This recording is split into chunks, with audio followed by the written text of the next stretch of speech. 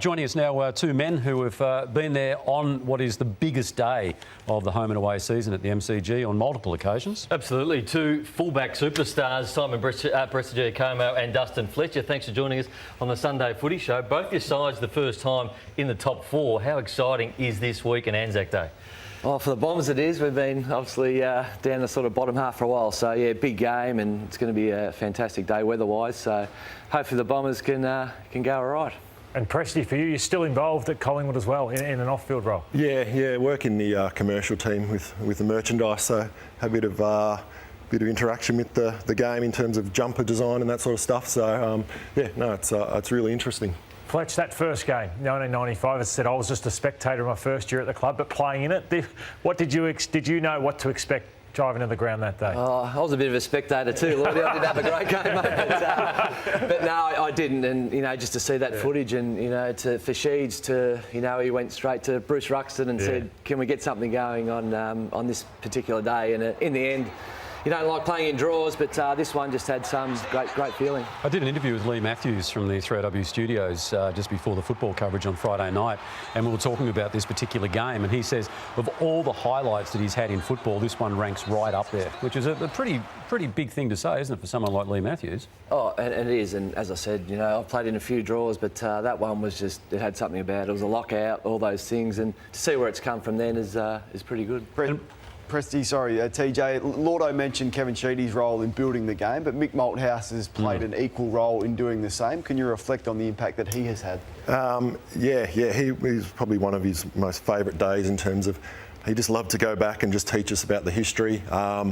Learnt quite a lot from Mick and just the whole day in playing football, probably more than I actually did at school in around the Anzac Day tradition. So he was really big on that sort of tradition. What was he saying here? This is one of the great all-time sprays from Mick Malthouse. What's he saying?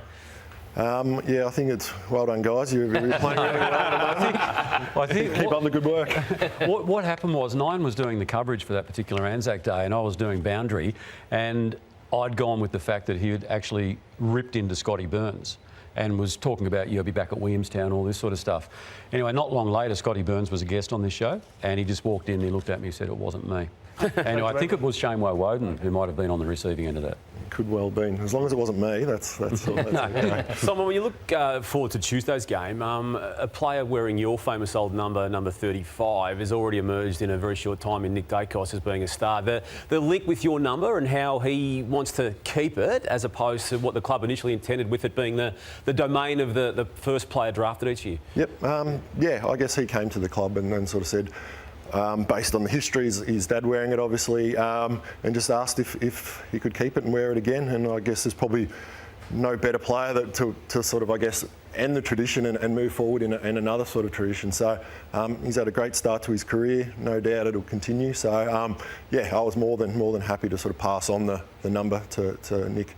Fletch, some great players. Clearly they've put their stamp on this game, none more so than James Hird. Just reflecting on one of his games where he kicked 5, but in terms of all the Anzac players that have had an impact, where does he sit?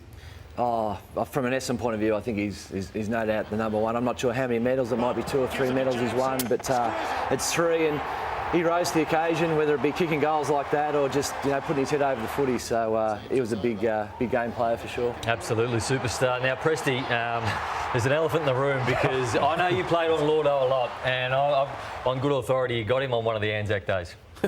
More than one. Llordo.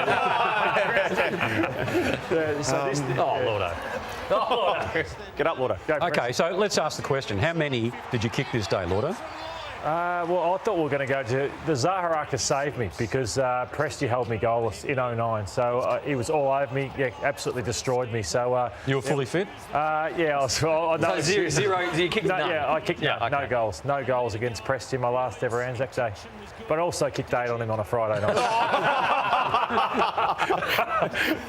So we had some great battles, didn't we? We certainly did. That Zaharakis goal, that was a memorable moment for you as well, wasn't it, that day?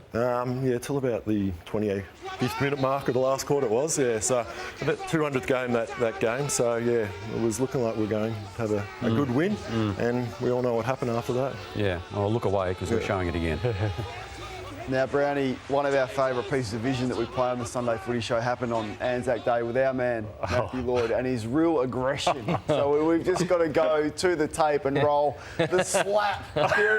Real aggression. Come on, Llordo. Let's move the target. Preston, did you ever cop any of that treatment from Llordo? No, nothing that vicious. What about boxing at the footy club? Was he ever involved in the boxing? Oh, I'm not sure. I think early days he might have got in there with Peter Somerville one day, and he might have got towed up a bit. But no, he goes all right. He went all right. He went all right in the ring. All right, time for you guys to step up again. When was the last time you handballed in anger? Oh, I haven't for a while, mate. I'm not into. I don't play too much. Yes, no, it's been a while. Okay, all right. Well, you've got about another few minutes to cool your heels, and then we'll be back on the all-conquering Sunday Footy Show. It's Louis' Handball next with two of the finest. Welcome back. It is Louis' Handball, and there's little Kane there. He's by, look like Dickie Knee, Tommy Wren from last week in Adelaide. Hey, let's have a look at that leaderboard there. Zach Jones obviously leading the way at the moment, 76. But Llordo, who's coming second? Peter Melanaskis, who kept 73, and Gill down the bottom. Oh, is that Gill. the lowest score we've ever had? Could be the lowest score we've ever had. Since Tujo. Since Tujo's score. Yeah. Yeah, but records weren't kept back then. So anyway, but we've got a potential new leaderboard leader. We do. So, Fletch, you're going to go first. 5 with the preferred. First of all, Win the off we go. target. Move the target. Move the target. Move the target. 7. Goes to 7. Tunnel ball. 7. Oh, 14. close. Sharp. 7. 21. Oh, there it is. 31. Sharp today. Isn't he? 7. And 38. So, 38. Over to you, Presti. 7.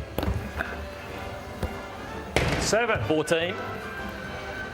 Oh, 2. 16. Oh, 7. 23. 2. 25. Oh, the ghost of Gill lives large in the studio this morning. On the left. Okay, opposite end. 7. Unlucky. 45. 5. Oh. 50. 7. 57. 7. 64. 5. And moves to 69. So, Okay. Presti, you need a lot. No, so what's it do? He needs 45. So 5 bullseyes. Yeah, pretty much. Can be done. Or 4 bullseyes at a 7. Yep, can be done.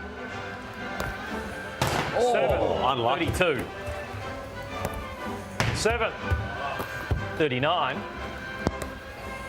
7. 46. 7. Unlucky. 53. 7. And he moves to 60. So, Fletch. Okay, there it is. That is our Anzac round handball for today. Our winner with a score of 69 is Dustin Fletcher. But the good news for you, Presti, is you are above the CEO of the AFL. Way above. Okay, terrific stuff there. Thanks for coming in, guys. Enjoy Anzac Day. we'll do. Okay, and you're welcome back here anytime you like. Absolutely, Tony. And it's going to be 24 degrees on Anzac Day. So, wherever you may be, may the sun shine on you on Anzac Day.